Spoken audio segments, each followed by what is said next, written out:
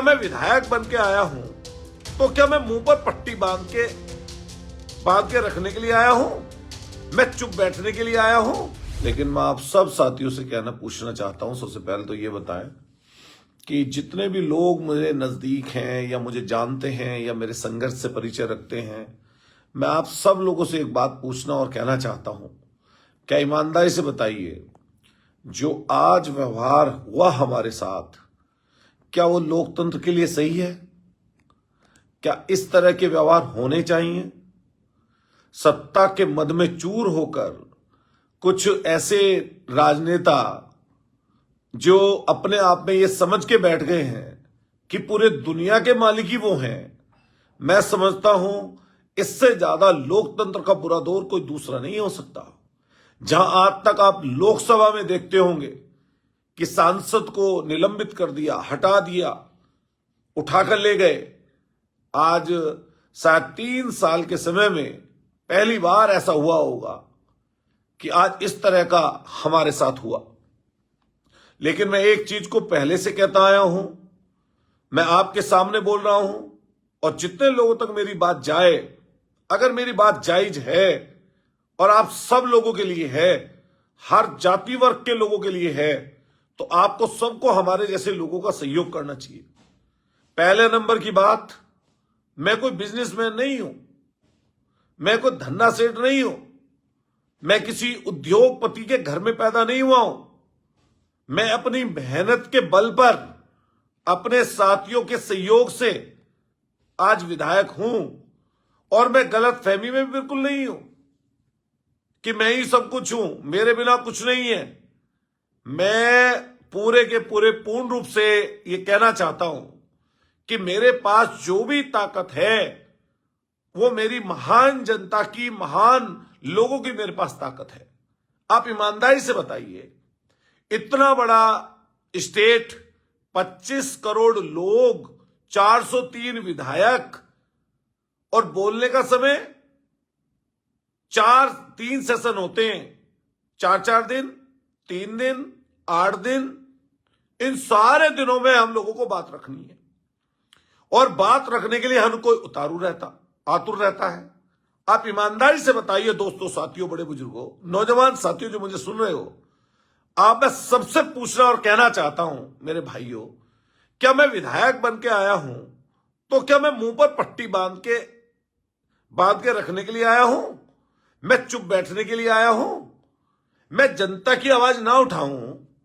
ये ऐसी बात सोचना भी, मैं समझता हूं, दूसरे लोग अपने दिमाग में ये बात डाल लें कि अपने दिमाग में भी अगर लाए तो दिमाग को दूर कहीं अपनी इस सोच को रखना, अपने दिमाग में गलतफहमी बिल्कुल मत पालना।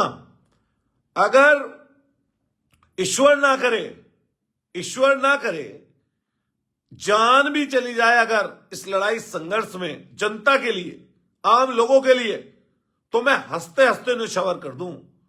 लेकिन चूंकि मेरी जिम्मेदारी है बहुत बड़ी, ये जो हमारी विधानसभा है ये लोकतंत्र का मंदिर है, इस मंदिर में मेरी जिम्मेदारी तय हुई है। हम लोगों को जनता ने विपक्ष में बैठाया है, और विपक्ष की जिम्मेदारी है जनता के विषयों को, जनता की बातों को सदन में उठाएं, और कहीं सड़क पर जुट पड़े तो सदन से सड़क तक, सड़क से सदन तक उसको उठाने का काम करें। मैं जब से राजनीतिक सामाजिक जीवन में हूं, छात्र राजनीति के समय से, और अभी तक मैं हमेशा इन प्राइवेट अस्पतालों के खिलाफ, सरकारी उस सड़ी गली व्यवस्था के खिलाफ जिससे जनता परेशान होती है, मैं आवाज उठाता हूं। आज भी दोस्तों, साथियों, आप सैकड़ों की संख्या मुझे सुन रहे हो, शेयर कर रहे होगे, इसको शेयर करते जाइए, एक दूसरे तक पहुंचाते जाइए। जितने लोग मुझे सैकड़ों की संख्या में सुन रहे हैं, दूर तक पहुंचाइए। आसपास के जिलों में, पूरे प्रदेश में, देश के लोगों ने देखा कि आज किस तरह की घटना हुई। मार्शलों ने उठाकर मुझे बाहर रखा, मुझे कोई दिक्कत नहीं है इस चीज की, और ना मुझे कोई परेशानी है। लेकिन मैं आप सब लोगों की अदालत में बोलना और कहना चाहता हूं, सोशल मीडिया में बहुत ताकत है। आज देख रहे हो कि हर सोशल मीडिया के प्लेटफॉर्म पर यही बात चल रही है, यही बात कही जा रही है कि वह अतुल प्रधान जैसे लोगों का कसूर क्या है। क्या हमारा कसूर यह है कि हम जनता की आवाज को बुलंद कर रहे हैं। पिछले 3 दिन से ये कुछ भी बोले, माननीय मुख्यमंत्री जी कुछ भी कहें, नेता सदन कुछ बोल जाएं, किसी को भी डांट दें, किसी के ऊपर भी जात धर्म का आरोप लगा दें, ये किसी के साथ भी बदतमीजी कर दें, लेकिन अगर इनसे हम सवाल करेंगे तो समझिए हम इनके दुश्मन हैं। अरे सवाल करने वाला लोकतंत्र में दुश्मन नहीं होता। सवाल करने वाले लोगों की भी परेशानी, दिक्कतें होती हैं। हमें लोगों ने जिम्मेदारी के साथ विधायक बनाया और जिस जनता ने, जिस महान जनता ने हमें विधायक चुना, उसके प्रति हमारा कर्तव्य बनता है, हमारी जिम्मेदारी उसके प्रति है। उसकी हर दुख की, हर उसके कष्ट की, परेशानी की, दिक्कत की आवाज को बुलंद करने का काम हमारा है और हम उस आवाज को बुलंद करेंगे। मैं जो लड़ाई लड़ रहा हूं वो लड़ाई है क्या? वो लड़ाई मैंने पहले भी आप सब लोगों को बताया, वो हमारे समाज के दबे कुचले, शोषित, वंचित, गरीब, असहाय, पीड़ित, कमजोर, जिनके पास पैसा नहीं है, मैंने आज भी उनकी आवाज को बुलंद करने के लिए एक नियम 56 होता है, उसके अंतर्गत प्राइवेट अस्पतालों की लूट और सरकारी अस्पतालों की बदहाली के ऊपर ये हम लोगों ने बात रखी थी। खास तौर से उत्तर प्रदेश के बुंदेलखंड के जिले झांसी में जिस तरह की घटना पिछले दिन पहले मेडिकल कॉलेज में हुई, जिसमें 10 से ज्यादा, इस बात को लेकर हमने प्रश्न चिन्ह उठाया, हमने क्वेश्चन लगाया कि आपकी पूरी व्यवस्था चौपट है। कहीं पर दवाइयां नहीं है, कहीं पर लंबी लंबी लाइनें लगी हुई हैं, आपके दिए आपके आंखों के नीचे यह अंधेरा है। इसी लखनऊ में, यहां पर केजीएमयू में, लोहिया इंस्टीट्यूट में, आपके और मेडिकल कॉलेजों में बद से बदतर हालत है। सर्जरी करानी है, एक एक साल में नंबर आ रहा है, चाहे वो पहले ही मर जाए, कोई पूछने वाला नहीं। पिछले दिनों हमारे मेरठ में जिस तरह लिफ्ट में मौत हुई महिला की, कोई कहने वाला नहीं, और ना जाने कितने हजारों हजार लोगों की मौतें इसी तरीके से हो जाती हैं, लेकिन उसके बारे में ना बोलिए। डॉक्टर की कमियों के बारे में ना बोलिए। जो डॉक्टर सरकारी अस्पतालों में कमी है उसके ऊपर बात मत रखिए। जो समाज का तबका परेशान है, शोषित है, वंचित है, कमजोर है, उसकी बात मत करिए। ये बाबा साहब का अपमान करे, ये अच्छे, ये किसानों का अपमान करे, ये ठीक, ये नौजवानों को अग्निवीर के नाम पर बहकाएं, ये ठीक, गन्ने का दाम मत बढ़ाओ, ये ठीक, महंगाई कितनी बढ़ती रहे, ये ठीक। इनसे सवाल मत करो। सवाल करोगे तो आपके साथ यही होगा।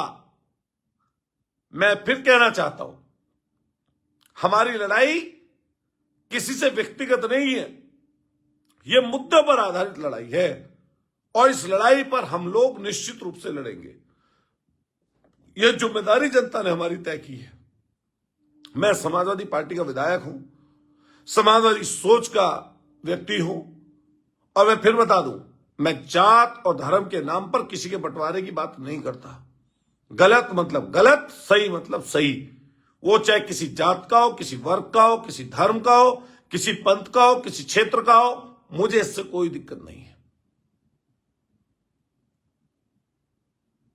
और मैं आप सब लोगों को यह बात कहना चाहता हूं कि मुझे किसी तरह का कोई अपमान इस तरह का महसूस नहीं होता।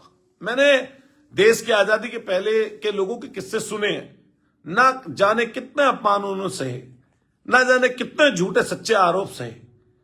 कई लोगों को परेशानी इसीलिए ही है कि अतुल प्रधान लड़ रहा है। भाई अगर हम ना लड़े, क्यों ना लड़े? मैं आप सब लोगों से पूछना चाहता हूं, आप सब लोगों को एक सवाल छोड़ के जा रहा हूं। रात हो रही है, आप लोग भी, बहुत सारे लोग सो गए होंगे, इसको दूर तक पहुंचाइएगा। मैं बस इतना पूछ के जा रहा हूं, आप लोगों के सबके मैसेज आए, क्या मेरी लड़ाई सही है या गलत है? अगर मेरी लड़ाई सही है तो आप सब लोग सोशल मीडिया के माध्यम से, कहीं स्टोरी लगाकर, कहीं व्हाट्सएप पर ग्रुपों में भेजकर, और कहीं इस लड़ाई को आगे बढ़ाइए। कहीं सोशल मीडिया के, चाहे फेसबुक आईडी हो, पेज हो, इंस्टाग्राम हो, ट्विटर हो, इस सब पर यह मुहिम चलाइए कि हमारी दवाई और पढ़ाई की जो लड़ाई है हमारी सही है या गलत है?